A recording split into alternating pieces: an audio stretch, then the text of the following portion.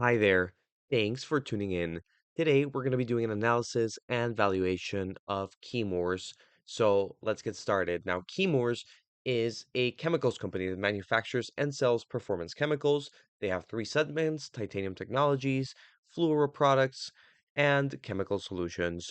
However, they recently have been in the news not for their chemical business, but for other stuff. So in February 2024, their CEO and CFO were placed on leave by the company's board and actually eventually just left completely because members of senior management were delaying payments to some vendors to aid incentive compensation and obtain a bigger bonus. And this obviously violated the company's standards for ethics. This is kind of cartoonishly evil. If there is a CEO or CFO watching this video, then don't do this. This is sort of exactly what you shouldn't do if you're in a position of power in a public company. But okay, they did what they did, and that affected the stock price pretty negatively. But on top of that, they also just had a horrible first quarter 2024. So as you'll see, net sales went uh, more negative rather, and everything else, earnings per share, operating cash flow, which is now very negative, capex, which is now even higher, everything seems to be going not their way. And basically, net sales has decreased by 12%. Their APM and TSS segments are doing pretty badly. Their operating cash flow has gone down, driven by year-end net working capital timing actions. They've actually divested from some businesses and they've divested at a loss, sold unprofitable things at a loss. So that's something very important with capex being up as well. It's been a bad quarter for free cash flow. They literally have less cash on hand now because of that. So that's something very important to note. It's been a horrible quarter, and the stock price has somewhat reflected it, but less than you would think. Essentially, when the scandal came out, they were trading in the 30s, then they went down to the 20s, then they recovered a little bit.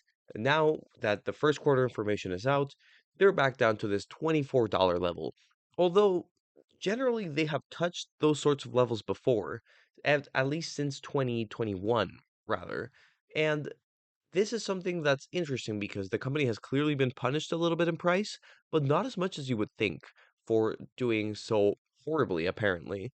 And this is very interesting. And we are going to derive a few more insights out of this, most importantly, by taking a long term look. Now, as you'll see here, look at those revenue growth percentages where it goes from minus 6.5%, minus 11.1%, minus 5.5 to now positive 14.5, 7.4%, then minus again in double digits for two consecutive years, then positive again for two consecutive years. Now it's back to negative. So they are a very cyclical company, as a matter of fact. They're super, super cyclical. This is what you have to understand about the chemicals business, that when there's a strong demand for it, for what they're doing, there's a lot of construction, there's a lot of manufacturing industry going on, then they'll make a ton of money. And eventually that demand will cease to be as strong and they won't be making as much money. That's important. And if you'll see it, you can see it reflected on the gross margin that's kind of all over the place. Although at the same time, in the long term, it seems to have stayed consistent at this 21%. The operating margin, however, is a little more over all over the place. 8.3%, 4%, 1.4%, and you go all the way here to negative 2.0%, which is horrible. That's a horrible operating profit to be on for 2023. If you see the return on assets, return on equity, and return on invested capital also oscillate wildly. Now you have some negative double digits in terms of return on equity. And you went from positive double digits from return on invested capital to now negative single digits. So this is a super, super cyclical company. And if you're going to invest in here, you have to understand the cycle. Now, here are some parallels we can draw. This return on invested capital. Now, Chemours was spun off from, I believe, the Dow or DuPont in 2015. So we don't have data on the stock price before that. But we can see in 2015, 2016, their return on invested capital was pretty low. And here the stock price reflected it. 2017, 18, it recovered. Here the stock price reflects it. 2019, 20, the stock price does not reflect that. Now, 2021, 22, it recovered. Now, 2023 and probably 24, it seems like it may be headed for a downtrend here. So you'll see how the stock price sort of tracks return on invested capital, and you'll see the cyclicality very clearly here. It's not as clear in these last couple of years, partially because debt was cheap and companies could use that to just grow and grow and grow. But now the situation is a little different, and also the cycle is now favorable towards them. So you saw these big swings, and don't be surprised if you see some other big swings either way down or way up once the cycle recovers.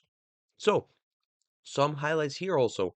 You have the quarter one highlights that are talking about sales decreasing. You can see how the sales for their titanium technologies have decreased in the first quarter of 23, even relative to 21 or 22. You can see that in the first quarter of 23 and 24, this is way lower in EBITDA compared to 21 and 22. So this is a pretty grim outlook. However, for quarter two, the company expects a sequential net sales growth of approximately 15%. So it's also a general recovery that they're seeing. So they had the situation with the CEO and CFO. They had a horrible first quarter, but they do expect a bit of a recovery. Same thing with the advanced performance materials, where first quarter of 24 was pretty bad, even compared to the first quarter of 21 or 22 and 23. Same thing for EBITDA, but the company expects APM net sales to experience growth in the low teens. So that's kind of interesting. They're expected to at least recover a little bit, which is why I can make a quantitative model here and talking about the free cash flow here. We're going to make bare bones projections here. We're going to say that their free cash flow is going to recover a little bit. Basically, it's going to be 6.5% of the revenue they make. Now, revenue is going to be down. I am going to Yahoo Finance to the analysis tab and finding revenue projections there. That's what I'm doing and grabbing 6.5% of that. The revenue is probably going to be down around 10% this coming year. And then it's going to recover very slowly. I'm just going to say it's going to grow by 2% past that point.